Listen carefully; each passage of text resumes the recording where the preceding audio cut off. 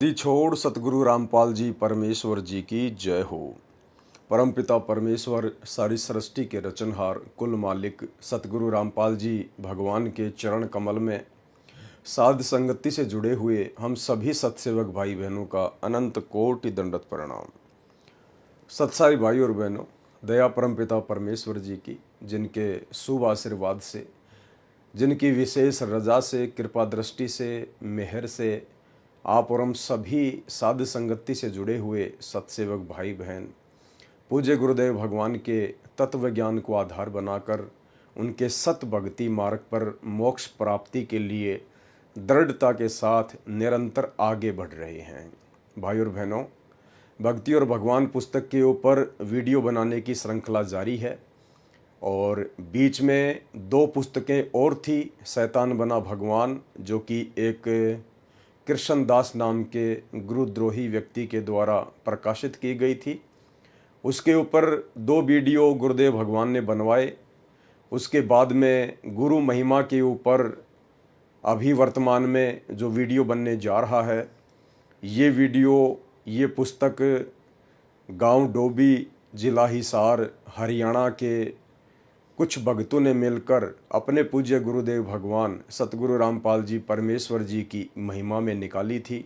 और इस पुस्तक को प्रकाशित करने के बाद सतगुरु रामपाल जी परमेश्वर जी के कलयुगी परिवार में, उनके बेटा बेटी, भाई बंधु, रिश्तेदारों में, चंद कोऑर्डिनेटरों में खलबली मच गई, जिन लोगों ने संगत को मूर्ख बनाकर वर्तमान में जगह जगह सतलोक आश्रम खोलकर अपना धार्मिक धंधा सेट कर रखा है।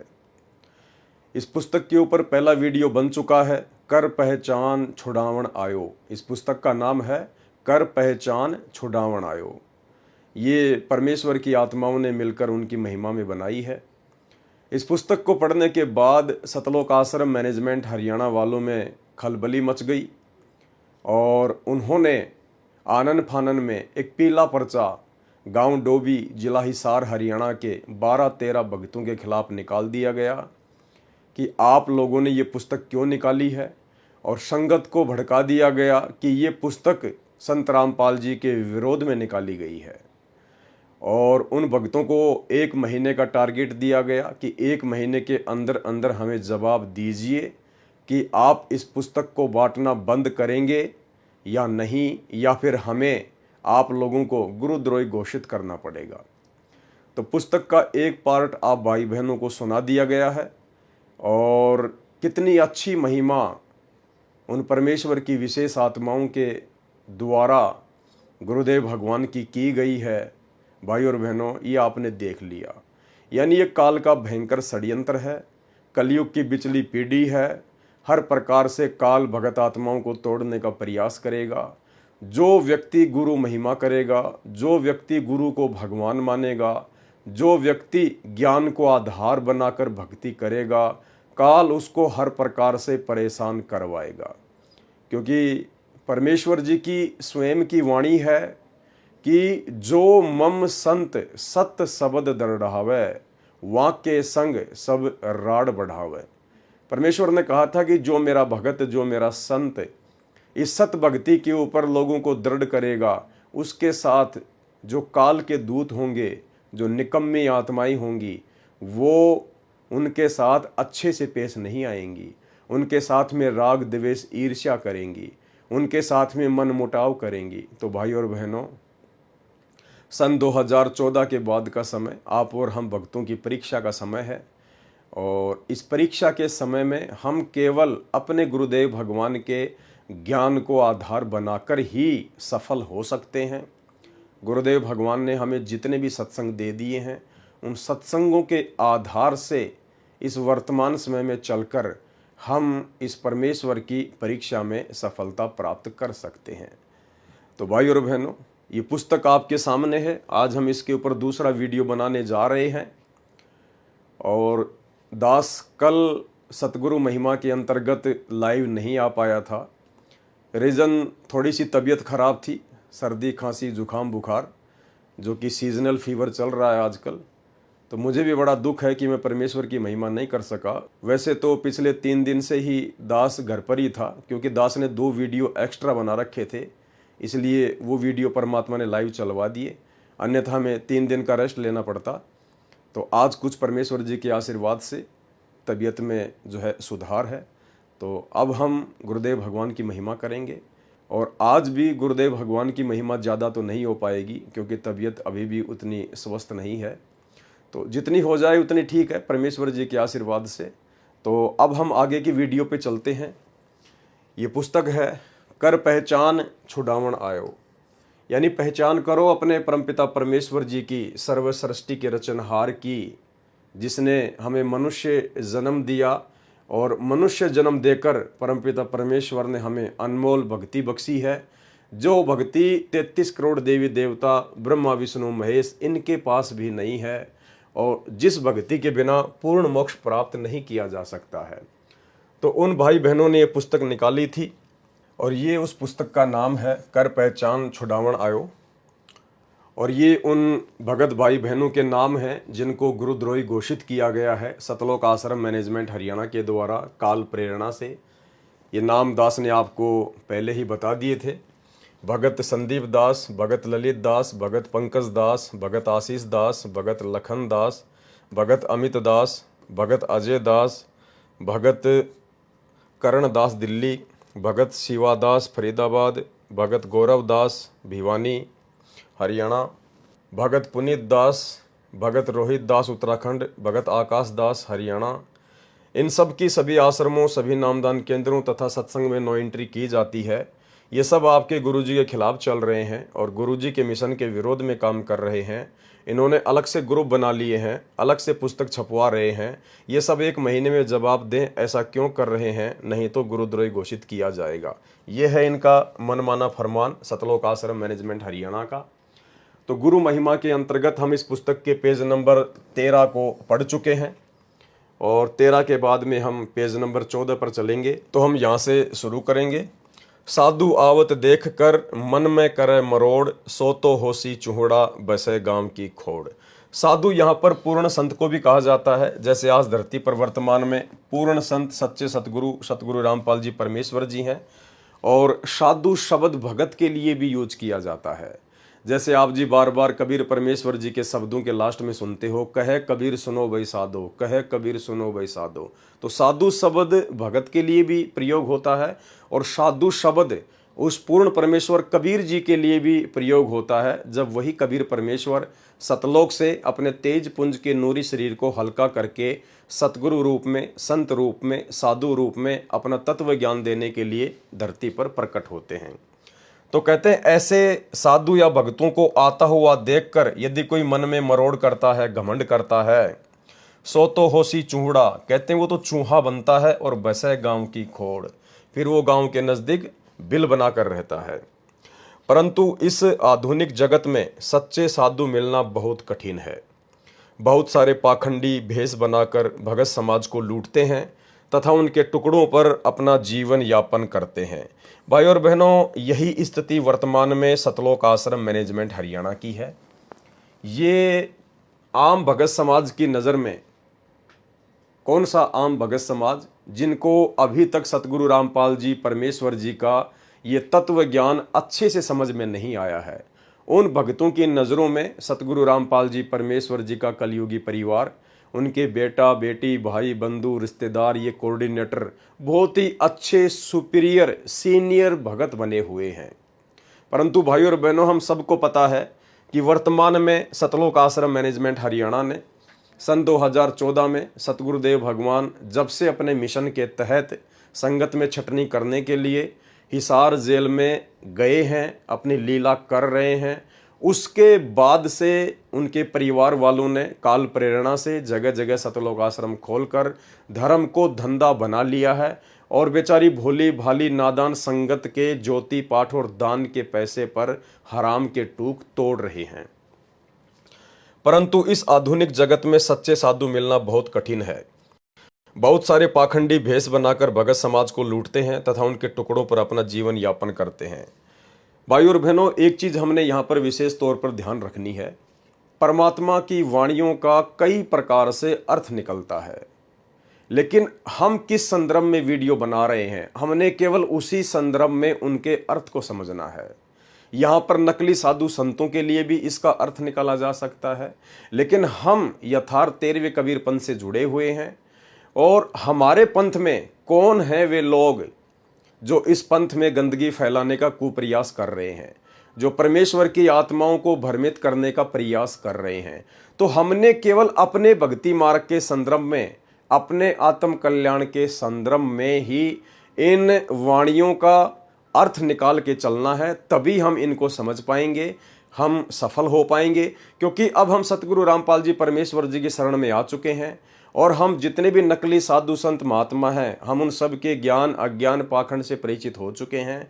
हम उनके बहकावे में नहीं आने वाले हैं। परंतु अब कौन है जो हमें बहका सकता है, कौन है जो हमें भक्ति से विचलित कर सकता है। अब हमें यदि कोई भक्ति से विचलित करेगा तो हमारे ही पंथ में घुसकर, हमारी तरह भगत बनकर हमें काल प्रेरणा से डगमग करेगा। तो वो कौन है, उनकी पहचान सतगुरु रामपाल जी परमेश्वर जी के ज्ञान आधार से वर्तमान में हो चुकी है। वो काल प्रेरणा से वर्तमान में जो कार्य कर रहे हैं, स्वयं सतगुरु रामपाल जी परमेश्वर जी का कलयुगी परिवार है। उनके बेटा बेटी भाई बंधु रिश्तेदार हैं जो आज काल प्रेरणा से और गुरु को मानुष मानकर अपने धार्मिक धंधे के लिए अपने स्वार्थों में लिप्त होकर माया की जकड़ में बुरी तरह से फंसकर अपने भी कर्म फोड़ रहे हैं और भगत समाज की भी दिन प्रतिदिन भक्ति विरुद्ध कर्म करवाकर मर्यादा तुड़वा रहे हैं। परंतु इस आधुनिक जगत में सच्चे साधु मिलना बहुत कठिन है। बहुत सारे पाखंडी भेष बनाकर भगत समाज को लूटते हैं तथा उनके टुकड़ों पर अपना जीवन यापन करते हैं। उन्हें भगवान और भक्ति से कोई मतलब नहीं है। सतलोक आश्रम मैनेजमेंट हरियाणा को, इन कोऑर्डिनेटरों को भक्ति और भगवान से कोई मतलब नहीं है, क्योंकि इनका मकसद केवल माया इकट्ठी करना है और मान बढ़ाई की भूख में अपने आप को संगत का सरदार समझना है। उन्हें भगवान और भक्ति से कोई मतलब नहीं होता है। वे चिकनी चुपड़ी बातों से भक्तों के सरल स्वभाव का आनंद उठाते हैं। साधु जन वाद विवाद में नहीं पड़ते और न ही किसी को कष्ट पहुंचाते हैं। उनका निजी कोई स्वार्थ नहीं होता है। साधु हमेशा परमार्थी होते हैं। साधु ऐसा चाहिए, दुखे दिखावे नाही, पान फूल छेड़े नहीं, बसे बगीचे माही। और साधु जन भक्ति के नाम पर आडंबर नहीं करते। वे तो परम तत्वों की भक्ति सूक्ष्म रूप में सहज मार्ग से किया करते हैं। वे इस प्रकार भक्ति करते हैं कि किसी को आभास भी नहीं होता कि वे भक्ति कर रहे हैं। श्वासों की माला पर हर पल परमात्मा का नाम लिया करते हैं और फूल पत्तियां तोड़कर किसी पूजा पाठ या आडंबर का हिस्सा नहीं बनते, नहीं ऐसी पूजा करने की प्रेरणा देते हैं। पान फूल छेड़े नहीं, बसे बगीची माही। फल प्रसाद व अन्य क्रिया तो सुमरन से बचने के लिए मन के किए गए खेल होते हैं, जिनमें ये मन हमेशा राजी रहता है। ठीक इसी प्रकार भाई और बहनों, वर्तमान में यही मन को खुश करने का खेल इन सतलोक आश्रमों में चल रहा है। भगत समाज वहाँ कोई सत्संग सुनने नहीं जाता है। भगत समाज वहाँ कोई भक्ति के लिए नहीं जाता है। भगत समाज वहाँ कोई साधु संगति के लिए नहीं जाता है। और ना ही गुरुदेव के कलयुगी परिवार के द्वारा इन लोगों को भक्ति का पाठ पढ़ाने के लिए बुलाया जाता है। इनको केवल माया चाहिए और संगत को चाहिए मनोरंजन, टाइम पास, कि काफ़ी दिन हो गए घर पर बैठे हैं, टाइम पास नहीं हो रहा, चलो धनाना आश्रम, चलो नेपाल के आश्रम में, चलो सोजत के आश्रम में, चलो इंदौर के आश्रम में, सिर्फ टाइम पास के लिए। और वहाँ जाने के बाद में आप सबको पता है भाई और बहनों, भगत समाज इधर उधर दौड़ता रहता है, भागता रहता है, घर विद की बातें करते हैं, राजनीति की बातें करते हैं, रिश्तेदारियाँ जोड़ते हैं। जब उनसे मन ऊब जाता है, उसके बाद इन आश्रमों में लहर तारा तालाब बना दिए गए हैं, जहाँ एक कमल के फूल पर एक नंगे बच्चे को लिटा दिया गया है। वो पानी में घूमता रहता है नाव की तरह। भगत समाज देखकर बड़ा प्रसन्न होता है, सेल्फियाँ लेता है, फ़ोटो खींचता है। जब उससे मन भर जाता है तो थोड़ा और आगे चलते हैं। वहाँ पर एक गाय खड़ी कर दी गई है।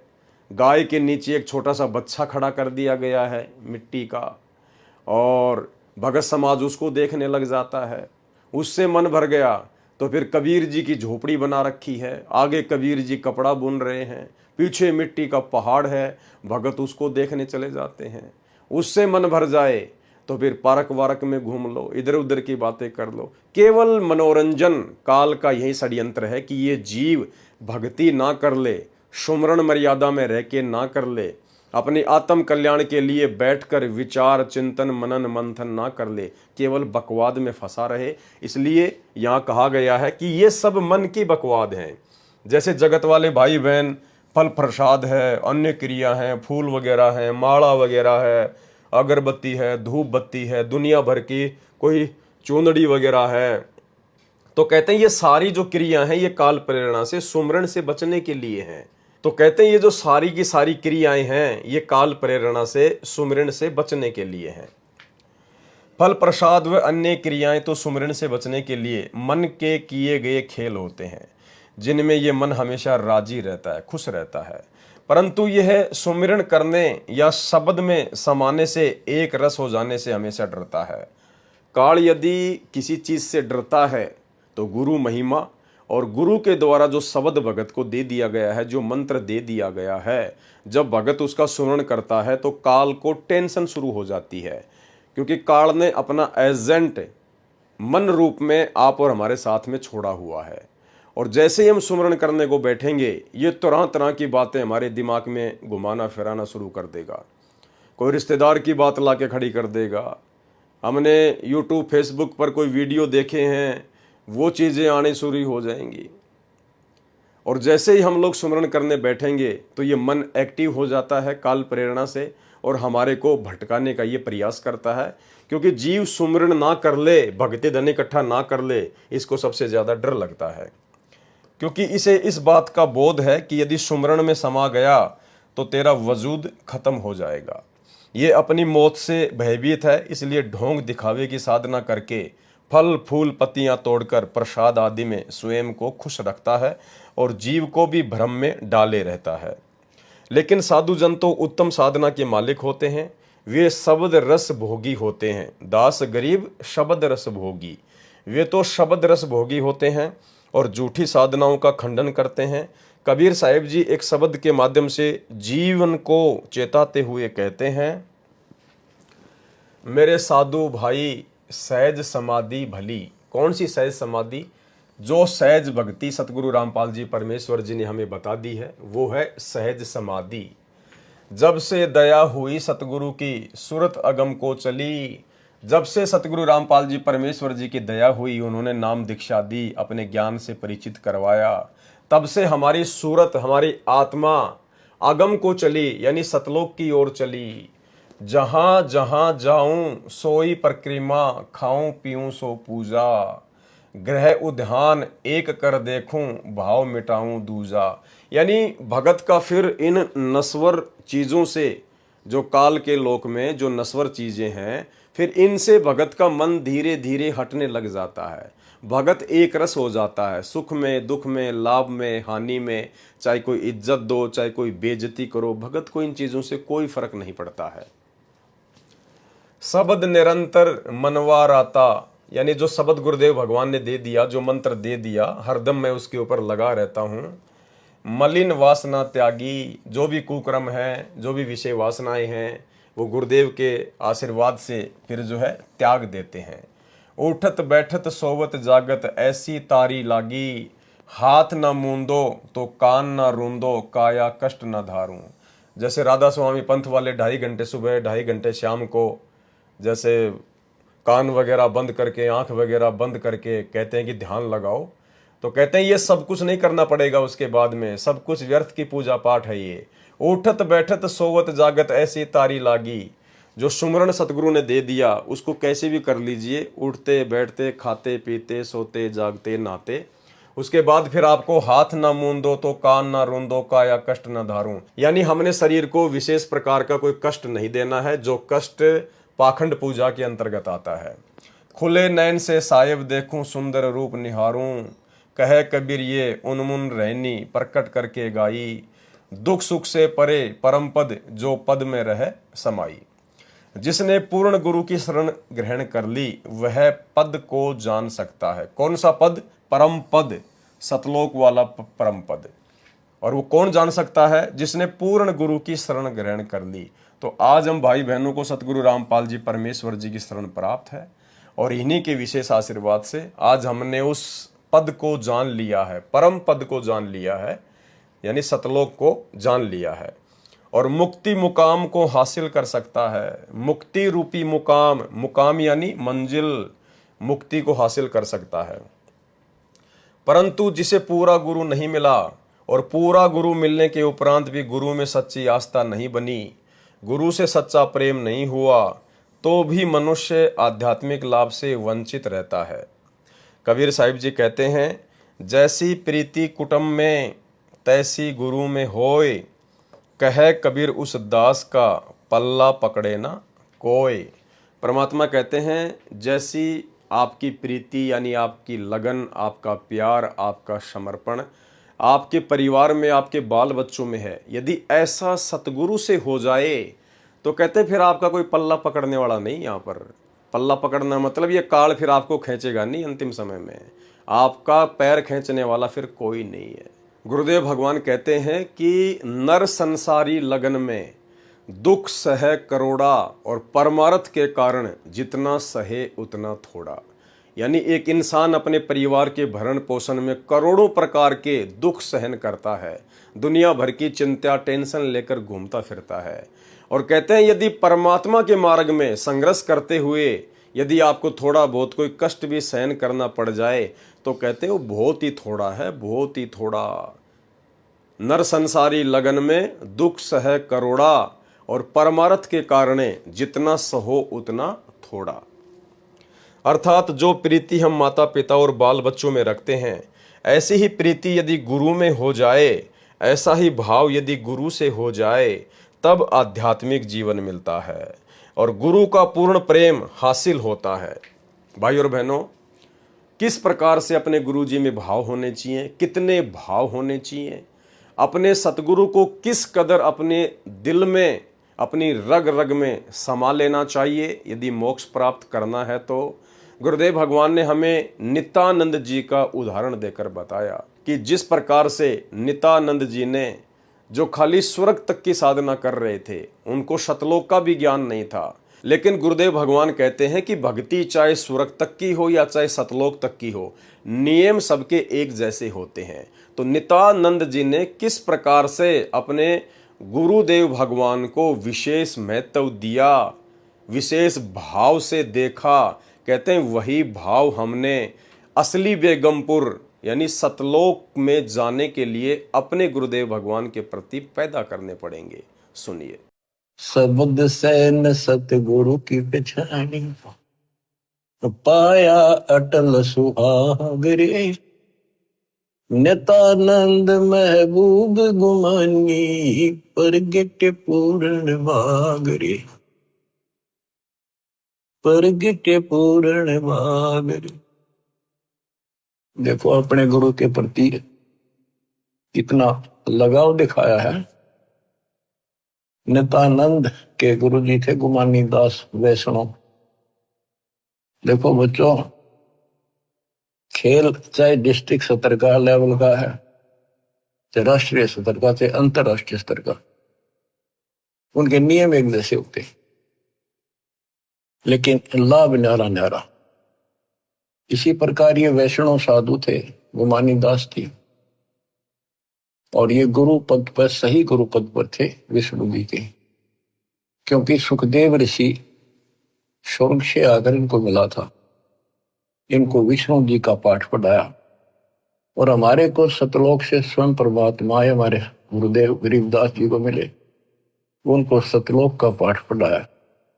और वो परंपरा हमारे पास है, विष्णु वाली परंपरा नित्यानंद जी के पास थी।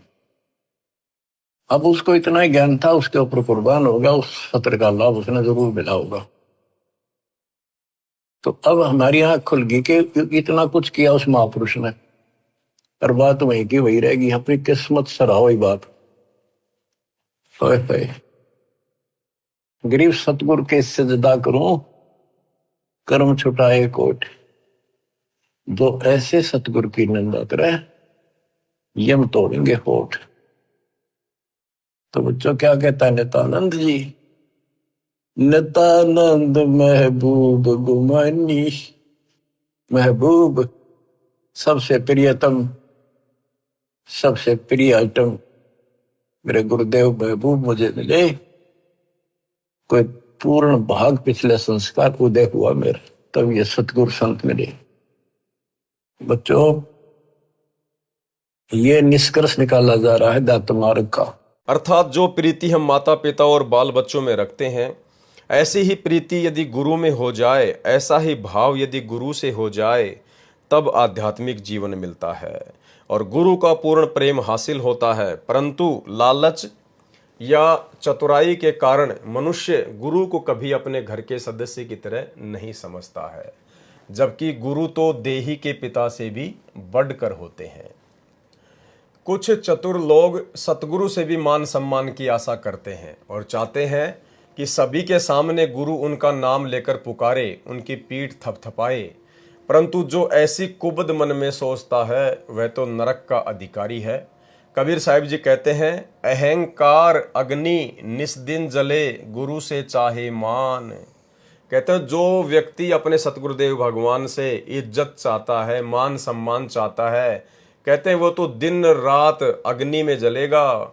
उसको यम न्योता दिया, बनो हमारे मेहमान। उसको फिर यमराज के दूत फिर उसको निमंत्रण देंगे कि आजा भाई, आप हमारे मेहमान बनो, अब हम देंगे आपको मान सम्मान, डंडे मार मार के, नरक में ठोक ठोक के। उनका तो यमदूत इंतजार कर रहे हैं कि मृत्यु के उपरांत तुम हमारे मेहमान बनोगे और मान सम्मान का प्रसाद हम खिलाएंगे। तुम इस बात को ध्यानपूर्वक समझ लो कि तुम्हारा ध्यान, ज्ञान और तुम्हारी अन्य पूजा साधना सब एक बनावटी है, काल के द्वारा दिया गया एक धोखा है। वास्तविक पूजा और वास्तविक ज्ञान तो गुरु के अतिरिक्त कुछ भी नहीं है। कबीर साहिब जी ने कहा है, मूल ज्ञान गुरु रूप है, मूल पूजा गुरु पांव, मूल नाम गुरु वचन है, मूल सत्य सद्भाव। तुम सच्चे भाव से गुरु की भक्ति में लग जाओ, गुरु के ऊपर न्योछावर हो जाओ और गुरु को ही परमात्मा समझकर उनसे प्यार करो, गुरु को ही परमात्मा समझकर उनसे प्रेम करो। ये भक्ति का मूल मंत्र है। मूल नाम गुरु वचन, यही तुम्हारी पूजा है, यही तुम्हारा धर्म है। इसके अतिरिक्त तुम्हारा जो भी ज्ञान है, जो भी तुम्हारी समझ है, वह तुम्हें नरकों में ले जाने वाली है। और वर्तमान समय में वह सच्चा गुरु बंदी छोड़ सतगुरु रामपाल जी भगवान है। यदि समय रहते इनकी पहचान नहीं करी और उनके चरणों में समर्पित नहीं हुए, तो तुम जन्म जन्म तक पछताओगे। भाइयों और बहनों, बहुत सारी बातें हैं। परमेश्वर जी ने आप और हम आत्माओं को एक मौका दिया है, गुरु महिमा के अंतर्गत अपनी पुस्तकों को माध्यम बनवाकर ये वीडियो बनवा रहे हैं, ताकि हम अच्छे से अपने गुरुदेव के द्वारा समझाए गए इस तत्व ज्ञान को अपने दिलो दिमाग में बैठा लें। और ये सारा सब कुछ इतना प्रबंध क्यों करवाया जा रहा है, इतना जोर क्यों लगाया जा रहा है? पिछले 30 वर्षों से सतगुरु रामपाल जी परमेश्वर जी ने आप और हम आत्माओं के हृदय में भक्ति की ज्योति जलाने के लिए, हमारी आत्मा को जागृत करने के लिए दिन रात एक कर दी। उसके बाद 2014 का बरवाला कांड, गुरुदेव भगवान अपने मिशन के तहत हिसार जेल में जाकर बैठ गए। वहाँ से भी परमात्मा हमें निरंतर विशेष संदेश नाम से सत्संग भेज रहे हैं, हमारी आत्मा को परमात्मा जगा रहे हैं। पिछले 8 वर्षों से परमेश्वर ने साध संगतियाँ शुरू करवा रखी हैं। परमेश्वर को एक सेकंड का चैन नहीं कि कहीं ये आत्मा काल के रंग में दोबारा से ना रंगी जाए। यानी इतना सब कुछ प्रयत्न क्यों किया जा रहा है, हमने इसके पीछे के मूल कारण को समझना पड़ेगा। भाई और बहनों, इसके पीछे का एक ही मूल कारण है कि ये जो भक्ति है वर्तमान में, जो सतगुरु रामपाल जी परमेश्वर जी ने हमें दी है, मोक्ष वाली भक्ति। भाई और बहनों, इस भक्ति मार्ग में मोक्ष केवल सतगुरु रामपाल जी परमेश्वर जी के धरती पर रहते सहते ही प्राप्त किया जा सकता है, या फिर सतगुरु रामपाल जी परमेश्वर जी ने इस पृथ्वी लोक को छोड़ने से पहले, यानी जितने समय के लिए परमात्मा सतगुरु रूप में आप और हमें ज्ञान समझाने के लिए आए हैं, जिस दिन सतगुरु रामपाल जी परमेश्वर अपने सतलोक को प्रस्थान कर जाएंगे, उसके बाद किसी का मोक्ष नहीं होगा, पूर्ण मोक्ष नहीं होगा, सतलोक नहीं जा पाएगा। अर्थात यदि हम सतगुरु रामपाल जी परमेश्वर जी से उपदेश ले लेते हैं, उनसे सारे मंत्र प्राप्त कर लेते हैं और आजीवन उनकी मर्यादा में रहते हैं, और गुरुदेव भगवान के रहते सहते यदि हमारा शरीर छूट जाता है तो हम सतलोक जाएंगे, परमात्मा हमें शब्द रूप में सतलोक छोड़कर आएंगे। दूसरी वो आत्माएं पूर्ण मोक्ष प्राप्त कर सकती हैं जिन आत्माओं ने गुरुदेव भगवान के रहते सहते उनसे उपदेश प्राप्त कर लिया, सारे मंत्र प्राप्त कर लिए। और यदि गुरुदेव भगवान उन आत्माओं से पहले, जिन आत्माओं को गुरुदेव ने स्वयं दीक्षा दी है, भले डीवीडी से या अपने मुख कमल से, तो उन आत्माओं से पहले यदि गुरुदेव भगवान सतलोक को प्रस्थान कर जाते हैं और वे आत्माएं जो गुरुदेव से रहते सहते उपदेश प्राप्त कर चुकी हैं, सारे मंत्र प्राप्त कर चुकी हैं, यदि आजीवन मर्यादा में रहेंगी, कभी भी अपनी मर्यादा नहीं तोड़ेंगी, नाम को खंडित नहीं करेंगी, तो उन आत्माओं को भी सतगुरु शब्द रूप में सतलोक भेज देगा। लेकिन उसके बाद, यानी गुरुदेव भगवान के सतलोक चले जाने के बाद यदि कोई उपदेश प्राप्त करेगा, कोई दीक्षा लेगा, तो भाई और बहनों पूर्ण मोक्ष नहीं हो पाएगा, बिल्कुल नहीं हो पाएगा। इसलिए परमात्मा इतना जोर लगा रहे हैं।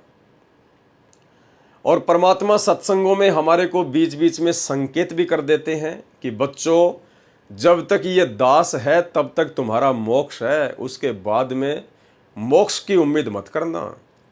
फिर हजारों साल ये मार्ग चलेगा परमात्मा का, सतयुग जैसा माहौल धरती पर परमात्मा बना के चले जाएंगे, हर जगह भगत ही होंगे। इतना जल्दी ये काल इस परमेश्वर के मार्ग को नहीं बिगाड़ पाएगा। आत्माएं उसके बाद में मनुष्य जन्म प्राप्त करती रहेंगी और यह हजारों वर्षों तक सुख भोगती रहेंगी, लेकिन मोक्ष से वंचित ही रहेंगी। फिर उनको किसी न किसी कलयुग की बिचली पीढ़ी में परमात्मा फिर से जन्म देगा, जब परमात्मा फिर से सतलोक से सतगुरु रूप में पृथ्वी पर आएंगे। भाई और बहनों, आपको छोटा सा सत्संग सुनाता हूँ, गुरुदेव भगवान का छोटा सा सत्संग, आपको बिल्कुल क्लियर हो जाएगा कि बात ज्यों की त्यों है।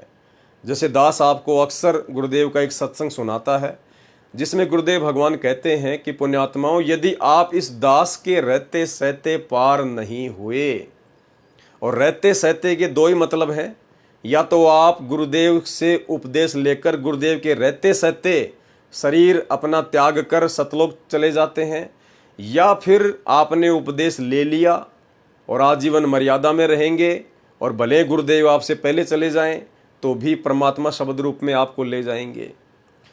तो गुरुदेव कह रहे हैं कि यदि आप दास के रहते सहते सतलोक चले गए तो ठीक है, अन्यथा बाद में आप पार नहीं हो पाओगे। क्योंकि जब हम गुरु जी के रहते सहते ही मर्यादा तोड़ेंगे, गुरुदेव भगवान के रहते सहते ही भक्ति में गफलत करेंगे, भक्ति को इतना सीरियस नहीं लेंगे, परमात्मा से नहीं डरेंगे, तो उनके जाने के बाद, गुरुदेव भगवान के सतलोक जाने के बाद तो हमारे ऊपर कोई अंकुश नहीं रहेगा, हमारे ऊपर कोई डर नहीं होगा, हमें कोई पाबंद करने वाला नहीं होगा, हमें किसी का भय नहीं होगा। तो हम इस भक्ति को उस हिसाब से नहीं लेंगे जिस हिसाब से हम इस भक्ति को वर्तमान में गुरुदेव के रहते सहते ले सकते हैं। पहले छोटा सा सत्संग सुनिए, उसके बाद में फिर आपको एक विशेष सत्संग सुनाएंगे, जिसको सुनने के बाद में आप जी बिल्कुल क्लियर हो जाओगे कि भाई भक्ति करनी है तो ढंग से करो, सीरियस होकर करो, जिंदगी और मौत का सवाल बनाकर करो, अन्यथा फिर वही काल भगवान का षड्यंत्र। तो सबसे पहले सुनिए गुरुदेव भगवान का यह छोटा सा सत्संग, जिसमें गुरुदेव भगवान कह रहे हैं कि पुण्यात्माओं, यदि आप दास के रहते सहते पार नहीं हुए तो बाद में कैसे पार हो जाओगे, फिर तो आपके ऊपर कोई अंकुश ही नहीं रहेगा। सुनिए। चलो मान ले इब तो आपने सुख भी हो गया, रह भी गए, और कंटिन्यूस 5-6 जन्म आपके मनुष्य के भी हो जाएंगे इस कमाई थे वर्तमान के भक्ति से।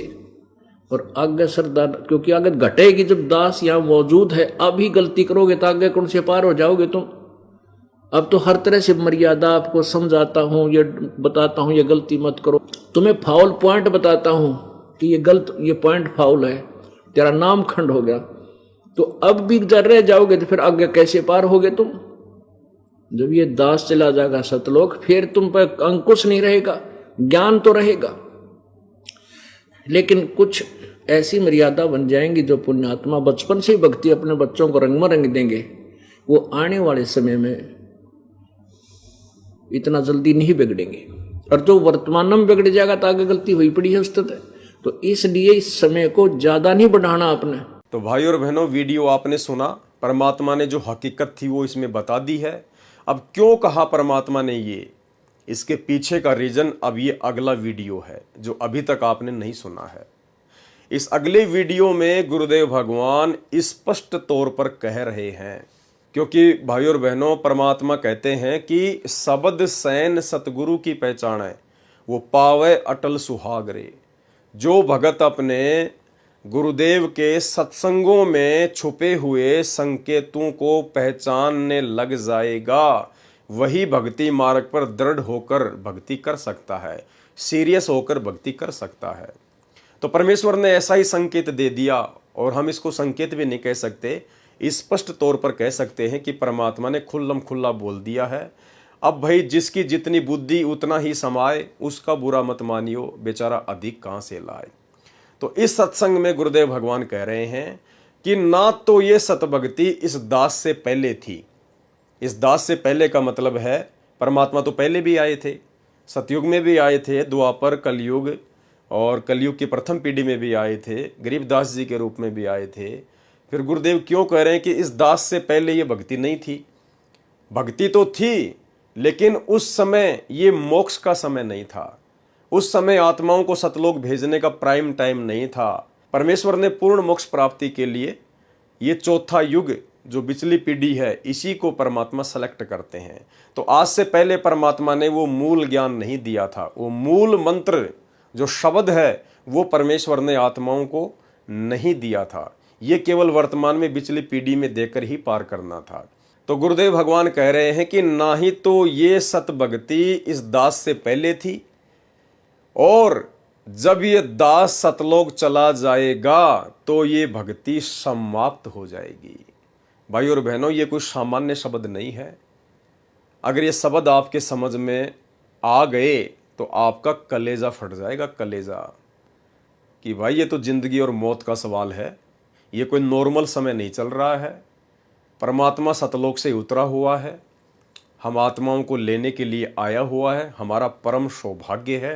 अन्यथा ये ऋषि मुनि संत महात्मा सतयुग से लेकर द्वापर के अंत तक जंगलों में जा जाके तपस्या कर करके शरीर को गला गला के मर गए, उनको भगवान की छाया के दर्शन भी नहीं हुए। तो परमेश्वर कह रहे हैं कि इस दास के सतलोक जाने के बाद ये भक्ति समाप्त हो जाएगी। भाई और बहनों, जब तक गुरुदेव भगवान हैं तब तक भक्ति है, तब तक मोक्ष प्राप्त कर सकते हैं। अन्यथा ये ज्ञान, ये भक्ति, ये आरतियां, ये मार्ग तो कई हजार साल तक चलेगा परमात्मा का, लेकिन मोक्ष नहीं हो पाएगा। तो गुरुदेव भगवान कह रहे हैं कि इस दास से पहले ये भक्ति नहीं थी, और इस दास के जाने के बाद ये भक्ति समाप्त हो जाएगी। पहले सुनिए सत्संग। मात पिता मिल जावेंगे, मात पिता मिल जावेंगे, 184 माही, ये सतगुरु सेवा और ये भक्ति भाई फेर मिलन की नाही। इससे पहले नहीं थी यह भक्ति, और इस दास के बाद यह भक्ति समाप्त हो जाएगी। अब तो चलेगी कुछ वर्षों तक, फिर कलयुग तो बहुत लंबा चौड़ा विशेष है, उसमें ये नहीं रहेगी लास्ट में। भाई और बहनों, वीडियो आपने सुन लिया। हाथ कंगन को आरसी क्या, पढ़े लिखे को फारसी क्या। अब इसके उल्टे सीधे अर्थ निकालने वाले निकालते रहेंगे। कुछ लोग कहेंगे भाई गुरुजी कह रहे हैं कि भाई चलेगी, हजारों साल चलेगी, हजारों साल चलेगी। हजारों साल तक भक्ति चलेगी, हजारों साल तक परमात्मा का मार्ग चलेगा, लेकिन उन हजारों वर्षों में पूर्ण मोक्ष प्राप्त किसी को नहीं हो पाएगा। भाई परमात्मा के चले जाने के बाद भक्ति समाप्त हो जाएगी, इसका मतलब क्या है? अरे परमात्मा कोई मरता है क्या जो परमात्मा के जाने के बाद भक्ति समाप्त हो जाएगी? भाई परमात्मा के चले जाने का मतलब क्या है कि शरीर रूप में जो परमेश्वर सतलोक से आए हुए हैं हमें भक्ति देने के लिए, जब परमात्मा इस संत रूप को छोड़कर त्याग कर या सशरीर जैसे भी हैं धरती से चले जाएंगे, उसके बाद में फिर मोक्ष प्राप्ति की उम्मीद मत करना। ये मार्ग तो चलेगा परमात्मा का, हजारों साल चलेगा, परमात्मा ऐसा माहौल बना के चले जाएंगे, लेकिन फिर मोक्ष प्राप्त नहीं हो पाएगा भाई और बहनों। अन्यथा परमात्मा को धरती पर आने की जरूरत क्या थी? ये काम तो परमात्मा सतलोक में बैठा बैठा भी कर सकता है, क्योंकि समर्थ तो उसी को कहते हैं जो कुछ भी कर दे, कहीं से भी कर दे। तो भाई जिस प्रकार परमात्मा ने सतलोक में बैठे बैठे हम असंख्य आत्माओं को इस काल की जेल में भेज दिया, तो क्या वो परमात्मा सतलोक में बैठा बैठा हम आत्माओं को आज वापस सतलोक में नहीं ले सकता था? क्यों आना पड़ा परमात्मा को? क्योंकि परमेश्वर स्वयं आकर ही आत्माओं को लेकर जाते हैं। इसलिए भाई और बहनों, ये परमात्मा तो हमेशा रहता है, ये तो सदा ही रहता है। फिर कलयुग के एंड में भी भक्ति समाप्त क्यों होगी? अगर कोई ये कहे कि भाई ये तो कलयुग के एंड में समाप्त होगी, तो कलयुग के एंड में भक्ति समाप्त क्यों होगी? क्या कलयुग के एंड में ये परमात्मा क्या मर जाता है क्या? क्या परमात्मा का नाश हो जाता है कलयुग के एंड में? तो भाई संकेतों को समझो। परमात्मा ने स्पष्ट कह दिया है कि ना ये भक्ति दास से पहले थी और ना ये भक्ति दास के जाने के बाद रहेगी। यानी मोक्ष नहीं होगा, बाकी मार्ग परमात्मा का हजारों साल तक चलेगा भाई और बहनों। इसीलिए परमात्मा ने पहले वाली वीडियो में कहा था, जो आपने सुना, कि यदि तुम दास के रहते सहते पार नहीं हो पाए तो फिर दास के जाने के बाद तुम बिल्कुल भी पार नहीं हो पाओगे। भाई जब गुरुदेव भगवान के परिवार ने उनके रहते सहते भक्ति मार्ग में इतना आडंबर और इतना पाखंड फैला दिया है काल प्रेरणा से, जैसे भक्तों से राजनीति करवाना, राजनेताओं का समर्थन करवाना, राजनेताओं की रैलियों में बसें भर भर के भक्तों को लेके जाना, गुंडों की सीबीआई जांच का समर्थन कर देना, गुंडों की सीबीआई जांच के समर्थन में भगत लोग रैलियां निकाल रहे हैं, उन गुंडों की सीबीआई जांच के लिए भक्तों के दान का 5-5 लाख रुपया चंदे के रूप में दिया जा रहा है, आरक्षणों में भगत समाज को बैठाया जा रहा है, अन्य दुनिया भर के आडंबर, कहीं पे कोई स्टेडियम खोल रहे हैं, कहीं एम्बुलेंस चला रहे हैं, कहीं बसें चला रहे हैं, कहीं अपने धार्मिक धंधे को चलाने के लिए गांव वालों के लिए रोडें बनाई जा रही है। भाई जब गुरुदेव भगवान के रहते सहते इस काल का प्रभाव इतना जबरदस्त तरीके से भगत समाज पर है, तो जब गुरुदेव यहाँ से चले जाएंगे तो तुम मोक्ष प्राप्ति की उम्मीद कर रहे हो क्या? सौपन भी मत लेना, सौपन भी। इसलिए परमात्मा कहते हैं कि ये गोल्डन चांस है, थोड़े से समय का गोल्डन चांस है। अरे हजारों साल यदि मोक्ष होना होगा तो हजारों साल का समय गोल्डन चांस नहीं होता।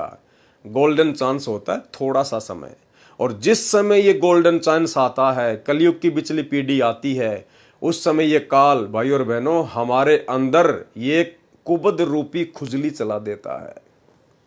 एक सत्संग में गुरुदेव भगवान ने बताया कि एक अंधा व्यक्ति गलती से एक स्टेडियम के अंदर घुस गया। अब स्टेडियम बिल्कुल गोलाई में, दीवार, बहुत लंबा चौड़ा क्षेत्र, और बाहर निकलने का केवल एक छोटा सा रास्ता, 3x6 का गेट, जैसे आप और हमारे घरों में होता है। अब उसने आवाज़ लगाई, लेकिन सुनने वाला कोई नहीं था। तो अंधे ने दिमाग लगाया कि मैं दीवार के सहारे चलता हूँ, हाथ लगा के, आंखों से तो देख नहीं सकता, तो हाथ लगा के दीवार के साथ साथ चलता हूँ, कहीं न कहीं तो दरवाज़ा आएगा। उसने ऐसा ही किया, दीवार से हाथ लगाया और दीवार से हाथ को रगड़ते हुए यूं धीरे धीरे चलने लगा। आधा घंटा हो गया उसको चलते चलते चलते चलते। दरवाज़ा एक ही था, और भाई और बहनों जैसे ही वो दरवाज़ा आया, उसी समय उसकी खोपड़ी में खुजली शुरू हो गई, खुजली। तो उसने दीवार से हाथ हटाया और चलते चलते यूं खुजली करनी शुरू कर दी, और जैसे 2.5-3 फुट आगे निकला, तुरंत उसने वापस दीवार के हाथ लगाया और फिर चलता रहा, फिर चलता रहा आधे घंटे। तो भाई और बहनों जब जब वो दरवाज़ा आता तब तक उसके खोपड़े में खुजली शुरू हो जाती। और फिर उसको लंबा चक्कर काटना पड़ता। तो ठीक इसी प्रकार भाई और बहनों, ये जो 21 ब्रह्मांड है काल का, ये परमात्मा ने बताया एक स्टेडियम समझ लो, स्टेडियम। तुम हो जीवात्मा, तुम हो अंधे, और यहां से निकलने का केवल एक ही रास्ता है, सतगुरु की मर्यादित भक्ति। और जब ये बिचली पीढ़ी का ये प्राइम टाइम आता है मोक्ष का, उस समय ये काल तुम्हारे अंदर खुजली चला देता है इन बकवादों की। कभी राजनीति करना, गुंडों की सीबीआई जांच करवाना, आरक्षणबाजी करना, रिश्तेदारियां निभाना, रक्तदान, दे दान, दुनिया के लिए स्टेडियम बनवा देना, लोगों की चापलूसी करना, गुरु के ज्ञान के विरुद्ध होकर सारे काम करना, ज्ञान को आधार ना बनाना, देखा देखी में चलना, अपने गुरु से ज्यादा अपने गुरुजी के बेटा बेटी भाई बंधु रिश्तेदार कोऑर्डिनेटरों के ऊपर आंख बंद करके विश्वास करना, ये है वो खुजली जो वर्तमान में उस काल ने संगत में चला रखी है। तो भाई और बहनों, समझो परमेश्वर के मार्ग को, परमेश्वर के ज्ञान को। ये थोड़ा सा समय है, थोड़ा सा समय। जब तक सतगुरु रामपाल जी परमेश्वर जी के पावन चरण कमल धरती पर हैं, तब तक समझो यहां से पूर्ण मोक्ष प्राप्त करने का सुनहरा अवसर है। उसके बाद में कुछ भी नहीं है। उसके बाद तो जैसी आपने भक्ति की है, जितना आपने भक्ति धन इकट्ठा किया है, परमात्मा सतयुग जैसा माहौल पृथ्वी पर तैयार कर देगा। खाओ पियो मौज करो, भक्ति करो और मनुष्य जन्म प्राप्त करो, और फिर ऊपर के लोकों में जाओ, फिर सुरग में, महासुरग में, फिर राजा बनो, इंद्र बनो, फिर पृथ्वी पे आकर चक्रवर्ती राजा बनो। फिर वही चक्कर, स्टेडियम वाला चक्कर चल जाएगा पूरा, बार बार बार बार बार बार बार बार। तो भाई और बहनों, आप जितने भी साथ संगति से जुड़े हुए भाई बहन हैं, ये आप विशेष तौर पर समझ लेना कि ये जो सत्संग है गुरुदेव भगवान के जो आपको सुनाए जा रहे हैं, ये केवल आप ही की बुद्धि स्वीकार कर रही है। इन सत्संगों को अन्य लोगों की बुद्धि स्वीकार नहीं करेगी। दुनिया वाले तो गुरु जी को परमात्मा मानते ही नहीं, वो तो इनको एक संत भी नहीं मानते। और जो सतलोक आश्रमों से जुड़े हुए भाई बहन हैं, उनकी बुद्धि अभी खुल नहीं रही। एक दो बेचारा कोई ऐसा है जिसको परमात्मा दया करते हैं तो वो सुनता है, और साथ संगति में आने की सोचता है तो उसको उनके कोऑर्डिनेटरों के द्वारा डरा दिया जाता है, धमका दिया जाता है। तो भाई और बहनों, ये विशेष दया, ये विशेष मेहर सतगुरु रामपाल जी परमेश्वर जी ने आप और हम साथ संगति वाले भाई बहनों के ऊपर बख्शी है। और गुरुदेव भगवान के इन अमृत वचनों को गांठ बांध लो। ये परम सत्य वचन है परमात्मा के। ये वीडियो एक बार फिर से सुन लो, जिसमें गुरुदेव कह रहे हैं कि इस दास से पहले भक्ति नहीं थी और इस दास के बाद ये भक्ति समाप्त हो जाएगी। समाप्त का मतलब मार्ग चलेगा, लेकिन वो मोक्ष का जो दरवाजा है वो बंद हो जाएगा। फिर वो मोक्ष का दरवाजा उसी समय खुलेगा जब ये कलयुग की बिचली पीढ़ी आएगी, और जिस समय यही परमात्मा पुनः सतगुरु रामपाल जी परमेश्वर जी के चोले में धरती पर पुनः प्रकट होंगे। उससे पहले फिर मौका नहीं है। सुनिए सत्संग। मात पिता मिल जाएंगे, मात पिता मिल जाएंगे, 184 माही, ये सतगुरु सेवा और ये भक्ति भाई फेर मिलन की नाही। इससे पहले नहीं थी यह भक्ति, और इस दास के बाद यह भक्ति समाप्त हो जाएगी। अब तो चलेगी कुछ वर्षों तक, फिर कलयुग तो बहुत लंबा चौड़ा विशेष है, उसमें ये नहीं रहेगी लास्ट में। वर्तमान समय में वह सच्चा गुरु बंदी छोड़ सतगुरु रामपाल जी भगवान है। यदि समय रहते इनकी पहचान नहीं करी और उनके चरणों में समर्पित नहीं हुए तो तुम जन्म जन्म तक पछताओगे। धिक्कार है इस मानव समाज के ऊपर जिसने आज के समय में वक्त गुरु बंदी छोड़ सतगुरु रामपाल जी भगवान को नहीं पहचाना, उनका निरादर किया, उनके बारे में झूठी अफवाहें फैलाई और निर्दोष संत को सालों तक जेल में यातना दी। ये हैं वो भगत जिन्होंने गुरु महिमा के अंतर्गत ये पुस्तक लिखी है, और उन भगतों को गुरुद्रोही घोषित कर दिया गया है सतलोक आश्रम मैनेजमेंट हरियाणा के द्वारा। तो भगत जी जो प्रत्येक बात लिख रहे हैं वो परमेश्वर के तत्व ज्ञान के आधार पर लिख रहे हैं। क्या कहा भगत जी ने कि जब गुरु आता है धरती पर तो दुनिया उस वक्त गुरु को नहीं पहचान पाती, उस प्रेजेंट गुरु को नहीं पहचान पाती है, उसके अलावा किसी अन्य को भगवान मान के पूजती रहती है। ये दुनिया वाले तो ब्रह्मा विष्णु महेश को, अन्य देवी देवताओं को परमात्मा मान के पूजते हैं, गुरु को भगवान नहीं मानते, कहते वो तो इंसान है, इंसान भगवान कैसे हो गया? अरे श्री रामचंद्र जी क्या गेंडे का रूप बना के आए थे? श्री कृष्ण जी क्या मगरमच्छ बन के आए थे? या उनके कोई सींग थे, कोई पूंछ थी? भाई तुमने उनको भगवान क्यों मान लिया? वो भी तो इंसान रूप में थे। तो भगवान आएगा तो कोई सींग लगा के थोड़ी आएगा, कोई आडंबर करके थोड़ी आएगा। इंसान है हम, तो इंसान जैसा ही बन के आएगा। अब भगवान हाथी बन के आएगा तो क्या सत्संग सुनाएगा? हम क्या सुनेंगे, क्या समझेंगे? तो भाई और बहनों, दुनिया वाले तो वैसे नहीं मानते, और जो सतगुरु की शरण में आ जाते हैं लेकिन जिनके संस्कार कमज़ोर होते हैं तो वो भी काल प्रेरणा से गुरु रूप में आए हुए परमात्मा को परमात्मा नहीं मान पाते। काल अपने विशेष दूत उस समय उस सतगुरु के आसपास भेज देता है, पैदा कर देता है। जैसे आज सतगुरु रामपाल जी परमेश्वर जी के बेटा बेटी भाई बंधु रिश्तेदार इन कोऑर्डिनेटरों के रूप में ये काल के दूत धरती पर पैदा हैं। ये भक्तों को इन्हें भगवान मानने नहीं दे रहे। अगर संगत सतगुरु रामपाल जी परमेश्वर जी को सात संगति की वीडियो देखकर भगवान मानना भी चाहती है तो उनके परिवार वाले, ये आश्रम मैनेजमेंट वाले, ये जानबूझकर बकवाद करते हैं। वो लोग उस कबीर को ही भगवान बताने में लगे रहते हैं कि जो दाढ़ी मूछ वाला है वही भगवान है, जो कबीर दास है वही भगवान है, हमारे गुरुजी तो उनके अवतार हैं, हमारे गुरुजी तो भगवान के दास हैं, भगवान के भेजे हुए प्रतिनिधि हैं। अगर कोई भगत आत्मा गुरु को भगवान मानना भी चाहे तो फिर वो काल के एजेंट बीच में रोड़ा पैदा करते हैं। तो उसके लिए गुरुदेव भगवान ने एक सत्संग में बताया कि यदि आपको पूर्ण मोक्ष प्राप्त करना है तो आपने वक्त गुरु को, प्रजेंट गुरु को परमात्मा तुल्य मानना पड़ेगा। परमात्मा तुल्य मानने का मतलब है परमात्मा ही मानना पड़ेगा, क्योंकि गुरुदेव भगवान अपने आप को छुपाते हैं, इसलिए परमात्मा कह रहे हैं कि परमात्मा के समान मानना पड़ेगा। भाई जो परमात्मा के समान हो गया वो तो परमात्मा ही हो गया, परमात्मा कोई दो तो है नहीं।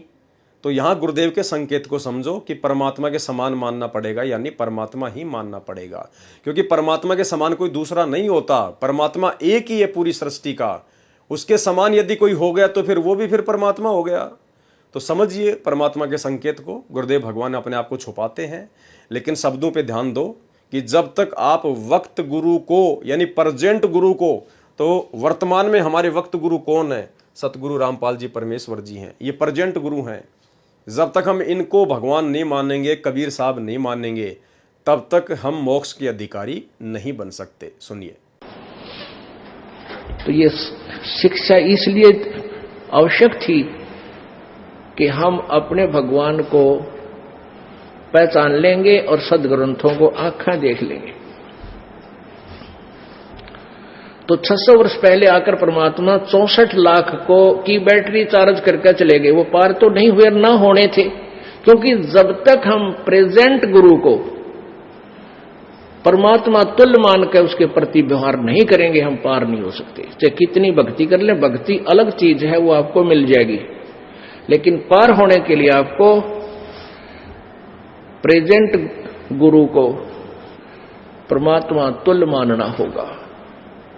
तो हम उस समय कबीर जी को भगवान नहीं मान सकते थे, चाहे हमारे कितने सुख हो गए थे, क्योंकि उन भ्रमित करने वाले अज्ञानी गुरुओं ने, ब्राह्मणों ने, ऋषि महर्षि नकलियों ने परमात्मा की सिद्धांत उलट बता रखा था और वेदों की आड़ में बता रखा था, पुराणों के समर्थन देकर बता रखा था, और वो संस्कृत के ज्ञाता थे। सब ग्रंथ संस्कृत में लिपिबद्ध थे। कबीर परमेश्वर जी को वो कहते थे वो तो अशिक्षित है, उसने इसको वेदों का ज्ञान, पुराणों का और गीता का ज्ञान नहीं हो सकता। तो इसलिए हम उस समय के जो साधक थे ये बात सच्ची मान लिया करते कि कबीर जी अनपढ़ हैं, ये वेद व्याद तो जानते नहीं, पर हमारा काम खूब चल रहा है, इनकी आशीर्वाद का हमें लाभ जरूर हो रहा है। हम इतने थे, और वो दयालु महिमा के भूखे नहीं है। वो तुम उनकी तो महिमा ओत प्रोत है और फलो है, उसने को मानना चाहे मत मानो, वो तो समर्थ है। उनकी महिमा कोई गाओ चाहे मत गाओ, वो तो स्वयं ही समर्थ है।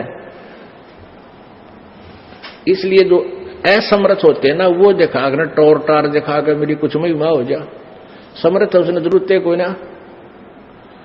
वर्तमान समय में संत रामपाल जी महाराज जी से अधिक प्रतिभाशाली न तो कोई राजनेता है, न कोई विद्वान, और न ही कोई पदाधिकारी। हर एक इंसान को संत रामपाल जी भगवान को अपने सर का ताज समझना चाहिए और उनकी जी हजूरी में तन मन धन को कुर्बान कर देना चाहिए। वेद पुराण और साधु संत सब ने कही निज बात, गुरु से अधिक ना दूसरा, क्या हरि क्या पितु मात। फिर तो ये पूर्ण जगत गुरु है, यही अनंत ब्रह्मांडों के स्वामी है। ये वचन सुनने में कटु लग सकते हैं, परंतु समय आने पर ये मीठे हो जाएंगे। इतना बड़ा कबीर पंथ का फैलाव है। करीबन 19 देशों में कबीर पंथ के आश्रम हैं तथा उनके प्रचारक घूमते हैं, परंतु कबीर साहिब ही पूर्ण ब्रह्म थे, ये बात पूरे कबीर पंथ में कोई नहीं जान पाया। तो वे अपने आप को किस आधार पर कबीर पंथी मानते हैं? जब वे कबीर साहिब को जानते ही नहीं तो कैसे कबीर पंथी हो सकते हैं? और भाई और बहनों, यही कहानी सतलोक आश्रम मैनेजमेंट हरियाणा वालों पे चरितार्थ हो रही है। 90% संगत के ऊपर चरितार्थ हो रही है, जो संगत सतलोक आश्रमों से जुड़ी हुई है। एक सत्संग में गुरुदेव भगवान ने बताया कि ये जितने भी कबीर पंथी हैं, इन्होंने केवल अपने अपने आश्रमों में ढोल पीट दिया कि कबीर साहिब भगवान है, कबीर साहिब भगवान है, लेकिन बाहर समाज में ये लोग नहीं बता पाए, क्योंकि इनको अंदर से विश्वास नहीं था, इनको डर था, इनको भय था समाज का कि समाज हमें धिक्कारेगा। इसलिए इन कबीर पंथियों ने समाज में जाकर कभी भी ढोल नहीं पीटा कि कबीर ही परमात्मा थे। केवल अपने अपने आश्रमों में अपने अपने भक्तों को बता दिया, अपने दान धर्म के चक्कर में, कि कबीर साहिब सतगुरु हैं, कबीर साहिब परमात्मा हैं।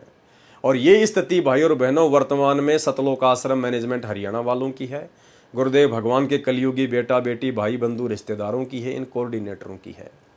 इन्होंने केवल अपने धार्मिक धंधे के लिए भगत समाज को मूर्ख बनाते हुए इन आश्रमों के अंदर ही ढोल पीटा, और वर्तमान में भी केवल आश्रमों में ढोल पीट रहे हैं कि संत रामपाल जी भगवान है, संत रामपाल जी भगवान है। लेकिन समाज में ये लोग इस बात को बताने से डरते हैं, कतराते हैं कि संत रामपाल जी ही कबीर हैं, संत रामपाल जी ही अल्लाह हैं, संत रामपाल जी ही परमात्मा है। इस बात को आम समाज में बताने से ये लोग डरते हैं, इसीलिए वो कबीर जी की दाढ़ी मूंछ वाली फोटो को ये लोग सबसे आगे रखते हैं, ताकि लोग हमारा विरोध ना कर दें, लोग हमसे जुड़ना बंद ना कर दें और हमारा धार्मिक धंधा बंद ना हो जाए। सुनिए गुरुदेव भगवान का ये छोटा सा सत्संग, जिसमें परमात्मा कह रहे हैं कि केवल आश्रमों में ढोल पीट सकते हैं ये कबीर पंथी, लेकिन बाहर समाज में ये बताने की इनकी हिम्मत नहीं पड़ी कि कबीर ही भगवान है। ठीक इसी प्रकार सतलोक आश्रमों के अंदर ही केवल हमारे भगत भाई बहन ढोल पीट सकते हैं कि संत रामपाल जी भगवान है, संत रामपाल जी भगवान है, लेकिन बाहर समाज में ये दाढ़ी मूंछ वाले कबीर को ही भगवान बताते हैं। सुनिए, हमारे कबीर पंथियों को भी ज्ञान नहीं है पूर्ण, सत्कर मान लेना, क्योंकि हिम्मत नहीं हुई उन लोगों की, उन महापुरुषों की, कि समाज में डंका मार दें कि हमारे कबीर साहब पूर्ण परमात्मा है। अपने अपने आश्रम में तो ढोल पीट दिए, क्योंकि वहां तो वही भगत जन जाते हैं जो कबीर पंथी हैं। उनको जैसे कहोगे वैसे ही मान लेते हैं, क्योंकि उनको शास्त्रों का ज्ञान इन्हें भी नहीं ना होने के कारण ये घबरा जाते हैं कि कहीं समाज ये ना कहे कि तुम राम और कृष्ण को छोटा क्यों बता रहे हो। हम छोटा बता ही नहीं रहे, ये तो गीता बता रही है, महाभारत बता रही है, विष्णु पुराण बता रहा है, वही हम सुना रहे हैं। फिर कोई आदमी ऐसा नहीं है जो वैसे ही अपने आप ही कोई सिर फड़वा हुआ, नहीं। हर इंसान बुद्धिजीवी है और शास्त्र ही आधार है। हर संत, हर परमात्मा के गुणगान गाने का एक मीडिया वही बना है। तो भाई और बहनों, सतगुरु रामपाल जी परमेश्वर ही कबीर परमात्मा है, रियल भगवान है। ये ढोल पीटने की जिम्मेदारी परमात्मा ने हम सत्सेवकों को दी है। ये विशेष सेवा परमात्मा ने हम सत्सेवकों के ऊपर बख्शी है, और हम खुलकर दिन रात गुरु महिमा के अंतर्गत पिछले 8 वर्षों से डंके की चोट पर कह रहे हैं कि संत रामपाल जी ही परमात्मा है। और उसका प्रमाण हमने वो कबीर जी की दाढ़ी मूंछ वाली जो नकली फोटो है, उसको हजारों की संख्या में सत्सेवक भाई बहनों ने फाड़ फाड़ के सोशल मीडिया पर वीडियो बना बना के डाले हैं कि ये तो मुर्दा फोटो है, ये तो नकली कबीर है, असली कबीर तो सतगुरु रामपाल जी परमेश्वर जी हैं। तो ये विशेष सेवा परमेश्वर ने हम सत्सेवकों को बख्शी। आज कबीर साहिब के वचनों के अनुसार वे खुद ही चलकर आए हैं। यानी 650 साल पहले कबीर जी ने धर्मदास जी से कबीर सागर में लिखवा दिया था कि भाई धर्मदास, जब कलयुग की पिछली पीढ़ी आएगी, 12वां पंथ गरीबदास जी का चल चुका होगा, तब उसके अंत में मैं खुद ही 12वें पंथ में जाऊंगा। 12वें पंथ हम ही चलावें, हम ही यानी कबीर जी, 12वें पंथ में हम ही चल आवें, सब पंथों को मिटाकर एक पंथ चलावें। और दूसरी तरफ परमात्मा ने काल के सामने, क्योंकि काल के सामने परमात्मा जोगजीत रूप में थे, इसलिए परमात्मा ने काल के सामने थोड़ा सा भेद रखा था कि मेरा भगत जाएगा, मेरा अंश जाएगा, मेरा दास जाएगा। और उसके बाद परमात्मा ने स्पष्ट भी कर दिया था कि काल के सामने यदि परमात्मा खुल के कह दे कि मैं जाऊंगा तो उसका कलेजा फट जाता। इसलिए परमात्मा ने काल के सामने अपने आप को छुपाया कि मेरा दास जाएगा। लेकिन हकीकत जो बात थी वो धर्मदास जी को बता दी थी कि धर्मदास, उस कलयुग की पिछली पीढ़ी में मैं खुद ही जाऊंगा, क्योंकि समर्थ का काम उसी को साजे और करे तो मूर्ख बाजे। सुनिए वीडियो। तो उस बार में पंथ में मैं आऊंगा स्वयं, और फिर सभी पंथों को खत्म करके एक पंथ बनाऊंगा, और सारी सृष्टि मेरा ही नाम लेगी। तेरे 42 वंश क्या सारी सृष्टि न पार करूंगा धर्मदास, इन 42 की तो चिंता छोड़ तू। तब उसका दिल डटा था, और काल के सामने परमात्मा ने थोड़ा सा भेद रखा कि मैं अपना अंश भेजूंगा। आज कबीर साहिब के वचनों के अनुसार वे खुद ही चल कर आए हैं, जिन्होंने समस्त कबीर पंथ के ज्ञान को उजागर किया है और समस्त धार्मिक ग्रंथों को सही रूप में समझाया है। वेद, शास्त्र और अन्य ग्रंथों को आम जनता सदियों से पढ़ती आ रही है, लेकिन किसी ने भी उनका सही अर्थ नहीं समझा। फिर भी यदि उन्हें नहीं समझ पाओगे, यदि नहीं जान पाओगे, तो आप जैसा मूर्ख कोई नहीं। अगर इतने सारे प्रमाण देने के बाद में वेदों में, गीता में, कुरान में, पुराण में कि कबीर ही भगवान है, और वो कबीर वर्तमान में है कौन, है कहाँ, यदि कोई ये समझे कि वो कबीर सतलोक में बैठा है तो हमारे किस काम का। सतलोक में तो वो निर्गुण रूप में बैठा है। सतलोक में बैठ के तो कबीर परमात्मा केवल कर्मा अनुसार ही जीव को दे सकता है, अन्य एक्स्ट्रा लाभ नहीं दे सकता, भक्ति नहीं दे सकता। और यदि कोई ये समझता है कि वो दाढ़ी मूछ वाली जो फोटो है कबीर दास जी की, वो कबीर भगवान है, तो भाई वो फोटो ना चलती, ना बोलती, ना आपको नाम दे सकती, ना उपदेश दे सकती, ना ज्ञान दे सकती, ना आपका मोक्ष कर सकती। वो फोटो भी किसी काम की नहीं है, वो तो मुर्दा है, निर्जीव है, कागज का टुकड़ा है। तो भाई और बहनों, फिर कबीर कहाँ है? कबीर के बिना मोक्ष हो नहीं सकता। तो फिर संत रामपाल जी कौन है? ये है वो असली कबीर, जो सतलोक में निर्गुण रूप में बैठकर सबको कर्मा अनुसार देता है। वही कबीर परमात्मा जब सरगुण रूप में धरती पर संत रूप में प्रकट होता है, तो परमेश्वर भाग्य से अधिक देकर भक्ति करवाता है, भक्ति पे लगाता है, पूर्ण मोक्ष देता है। इसलिए परमात्मा कहते हैं निर्गुण और सरगुण एक है। यानी जब वो कबीर परमात्मा जो सतलोक में निर्गुण रूप में बैठा है, जब वो धरती पर सतगुरु रूप में आता है, तो वो उनका सरगुण रूप होता है। निर्गुण सरगुण एक है, दूजा ब्रह्म विकार, और निर्गुण साहिब आप हैं और सरगुण संत विचार। तो भाई और बहनों, आज रियल कबीर, प्रेजेंट कबीर सतगुरु रामपाल जी परमेश्वर जी हैं। अगर इनको नहीं पहचाना तो फिर पछताने के अलावा कुछ भी हाथ नहीं लगेगा। फिर भी यदि उन्हें नहीं समझ पाओगे, यदि नहीं जान पाओगे, तो आप जैसा मूर्ख कोई नहीं। अपने झूठे अभिमान के वश ये मानव समाज बंदी छोड़ सतगुरु रामपाल जी भगवान के चरणों में झुकने से डरता है। आपका अभिमान तो वैसे भी टूट ही जाना है, परंतु अगर आप इस मौके को चूक गए तो आपको जीवन भर पछताना पड़ेगा। कौन सा मौका? सतगुरु रामपाल जी परमेश्वर जी के रहते सहते यदि आप उनकी शरण में ना आए, और यदि शरण में आकर भी आप उनको ना पहचान पाए और उस भाव से आपने भक्ति नहीं की, तो भी आप ये मौका मोक्ष वाला चूक जाओगे। परंतु अगर आप इस मौके को चूक गए तो आपको जीवन भर पछताना पड़ेगा। मेरे वचन आपको कड़वे लग सकते हैं, लेकिन इस सत्य को समझने का विवेक केवल ज्ञान युक्त प्राणी ही कर सकते हैं। कबीर साहिब जी ने कहा है, कबीर लहर समुद्र की मोती बिखरे आए, बुगला परख न जाने हंसा चुग चुग खाए।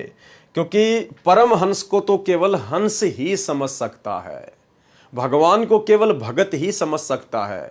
बाकी हंस या भगत के रूप में जो बगुले होंगे, जो अध कचरा होगा, वो अपने गुरुदेव भगवान को नहीं समझ पाएगा और ना ही कबीर परमात्मा के रूप में उनको स्वीकार कर पाएगा। बंदी छोड़ सतगुरु रामपाल जी भगवान को कोई महिमा की भूख नहीं है, भूख तो हमें है। हम जन्मों जन्मों से प्यासे हैं, हमने वह परमानंद का अमृत नहीं पिया, और वह अमृत बंदी छोड़ सतगुरु रामपाल जी भगवान के अतिरिक्त कोई नहीं पिला सकता। वह अमृत गगन गुफा में छुपा हुआ है। वर्तमान में जिसका भेद सिर्फ सतगुरु रामपाल जी भगवान ही जानते हैं, उस अमृत के विषय में गोरखनाथ जी ने कहा है, भंवर गुफा पर औंदा कुआ तहां अमृत का वासा, सुगरा होवे भर भर पीवे नुगरा जावे प्यासा। नुगरा यानी जिसने गुरु नहीं बनाया, गुरु बनाया तो नकली बनाया, अगर गुरु असली बनाया तो फिर गुरु को समझ नहीं पाया। कहते हैं वो नुगरा व्यक्ति उस अमृत पान का आनंद नहीं उठा पाएगा। सुगरा यानी जिसने सतगुरु बना लिया और सतगुरु को कबीर परमात्मा के रूप में जान लिया, कहते हैं वही उस अमृत का पान कर सकता है। जो किसी और को भी गुरु बनाए हुए हैं, वह भी वर्तमान में नुगरों की तरह ही प्यासे रह जाएंगे। तुम किसी परिवार या किसी के मित्र के कहने से शर्म मानते हो और बंदी छोड़ सतगुरु रामपाल जी भगवान की शरण ग्रहण नहीं करते हो, तो तुम अपनी आत्मा के दुश्मन हो। ये लोग तो इस जन्म में मिले हैं और मृत्यु के बाद नहीं मिल पाएंगे। फिर किस मुंह से इन लोगों के शर्म मान रहे हो? क्यों नहीं उस आत्मा के पिता के सामने झुक जाते? परमात्मा कहते हैं, लोक लाज ना कीजिए, निर्भय हो रहिए, और जय मन चावे राम को तो दासा तन धरिए। फिर गुरुदेव भगवान कहते हैं कि कुल करने के कारणे हंसा गया बिगोय। हंसा यानी भगत, बिगोय यानी रह गया, पीछे रह गया, डूब गया। कुल करने के कारणे, समाज की लोकलाज में आकर, कुल करनी के कारण हंसा गया बिगोय। भाई फिर यो कुल के कर लेगा जब तू चार पाया का होए।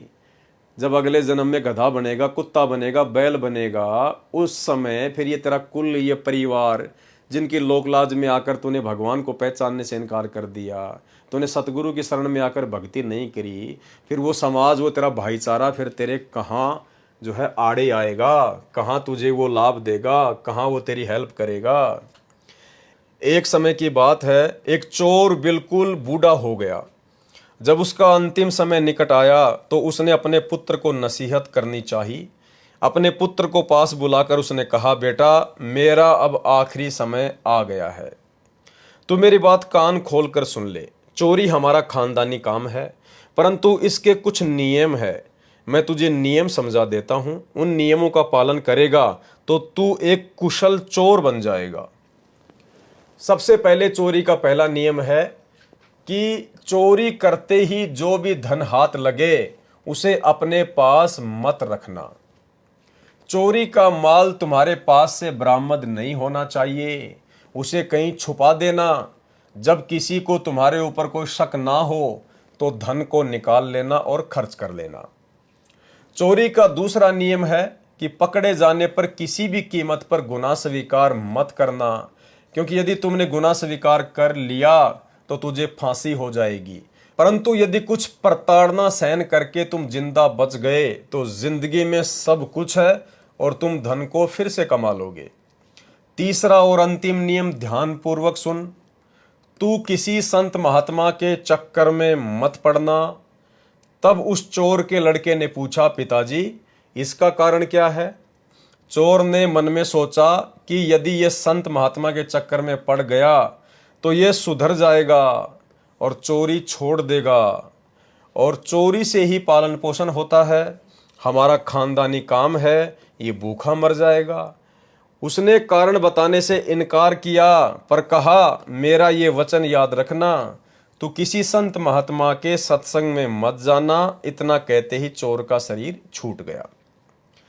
लड़के ने अपने पिता का क्रियाक्रम करने के उपरांत ये मन में विचार किया कि छोटी मोटी चोरी करने से भला क्या लाभ, क्यों नहीं राजा के महल में सेंध लगाई जाए। जवान खून था, मन में जोश था, राजा के महल में सेंध लगाकर घुस गया तथा रानी के जेवरात चुरा लिए। जब सुरंग से भागने लगा तो किसी सिपाही ने देख लिया। दो सिपाही उसके पीछे लग गए। वह डर के मारे भागता रहा, पीछे देखता रहा कि राजा के सिपाही उसके पीछे ही आ रहे हैं। उसने सामने देखा एक सराय में यानी धर्मशाला में काफी भीड़ लगी हुई थी। वह दौड़कर उस भीड़ में घुस गया। उस सराय में कबीर साहिब के किसी संत का सत्संग हो रहा था। वह चोर भीड़ में जाकर चुपचाप बैठ गया। पीछा करने वाले सिपाहियों ने उसे उस सराय में घुसते हुए देख लिया।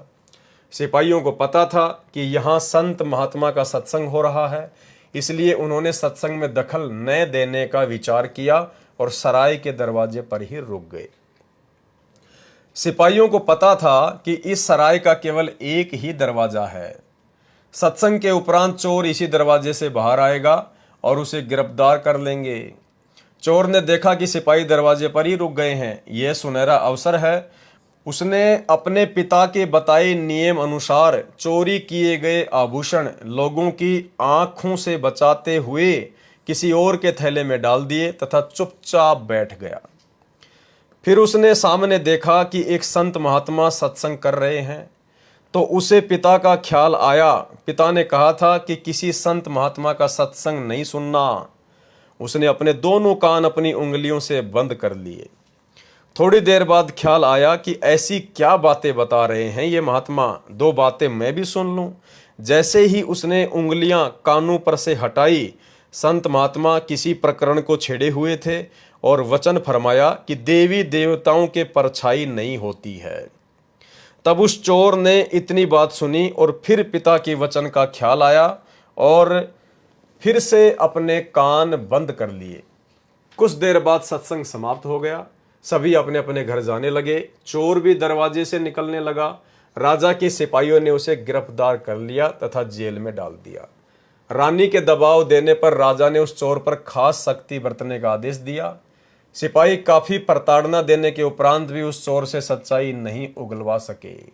चोर अपने पिता के वचन पर दृढ़ था। उसे पिता की सख्त हिदायत थी कि किसी भी कीमत पर गुनाह को स्वीकार नहीं करना है। अब राजा ने दूसरी योजना बनाई। वह चोर एक देवी का कट्टर भगत था। राजा ने किसी बांदी को देवी का रूप बनाकर उसे जेल में जाने का आदेश दिया तथा चोर से सच्चाई उगलवाने का षड्यंत्र रचा गया। जैसे ही वह बांदी देवी का रूप बनाकर उस जेल में प्रवेश हुई, तो वह चोर अपनी इष्ट देवी को देखकर जोर जोर से विलाप करने लगा और अपनी देवी के सामने नतमस्तक हो गया और कहने लगा, हे देवी माता, आप मुझ पापी को कैसे दर्शन देने आ गई? मैं तो अपराधी आत्मा हूँ, फिर भी मैं जैसा भी हूँ आपका ही बेटा हूँ। हे माँ, मुझ पर दया करो। तब वह देवी बोली, पुत्र, मैं तुम्हारे लिए ही आई हूँ। वैसे तो मैं सच्चाई को जानती हूँ, परंतु मैं एक बार तुम्हारे मुख से सुनना चाहती हूँ कि यह चोरी तुमने की है या नहीं। मैं कल सुबह तुम्हें आजाद कर दूंगी।